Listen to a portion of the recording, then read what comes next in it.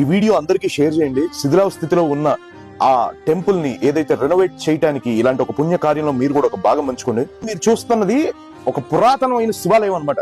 ఇది కలియుగం మొదట్లో కట్టించిన శివాలయం. అప్రాక్సిమేట్లీ ఒక 5000 years ఎగో దీన్ని కట్టారు.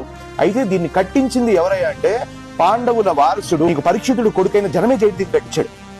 అయితే ప్రస్తుతం ఈ శివాలయం శిథిలావ స్థితిలో ఉంది. దీనికి అక్కడ ఉన్న జనాలందరూ పూనుకొని దీన్ని రెనోవేట్ చేయడానికి చాలా కష్టపడుతున్నారు.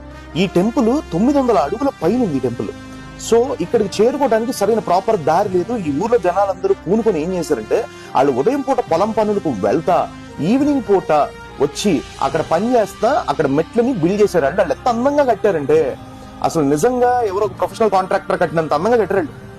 సో ఇప్పుడు దాకా 1200 మెట్లు వాళ్ళు వాళ్ళ శక్తితో వాళ్ళు కట్టగలిగారు. అయితే ఇంకా వాళ్ళ శక్తి సరిపోవట్లేదు. సో వాళ్ళు దీనికోసం ఫండింగ్ కోసం వీడియో చేయమని చెప్పి మమ్మల్ని అడిగారు అనమాట. సో ఇది నాకు కామన్ ఫ్రెండ్ ద్వారా నా దృష్టికి వచ్చింది. ఈ టెంపుల్ కోసం 6 సంవత్సరాల నుంచి కష్టపడుతున్నారు. యాక్చువల్ గా ఈ కింద నుంచి మెట్లు ఈ దీని తాలూకు సామాన్లు ఈ సిమెంట్ ఇటుక కంకర ఇవన్నీ తీసుకెళ్ళడానికి వాళ్ళకి ఇబ్బంది అవుతుందని చెప్పి ఆ ట్రాక్టర్ ఇంజిన్ పార్ట్స్ ని వాళ్ళే ఒక ట్రాక్ లాగా కట్టి కొండ కింద నుంచి పై వరకు దాన్ని తీసుకెళ్తున్నారు. ఆ ఆలోచన కూడా నాకు మైండ్ పోయింది. సో మన గుళ్ళను పునర్నిర్మించుకోవటం మన బాధ్యత. మనమే రీబిల్డ్ చేసుకోవటంలో తప్పేం లేదు, అది మన బాధ్యత కూడా. సో ఈ వీడియో అందరికీ షేర్ అయ్యేలా చేయండి.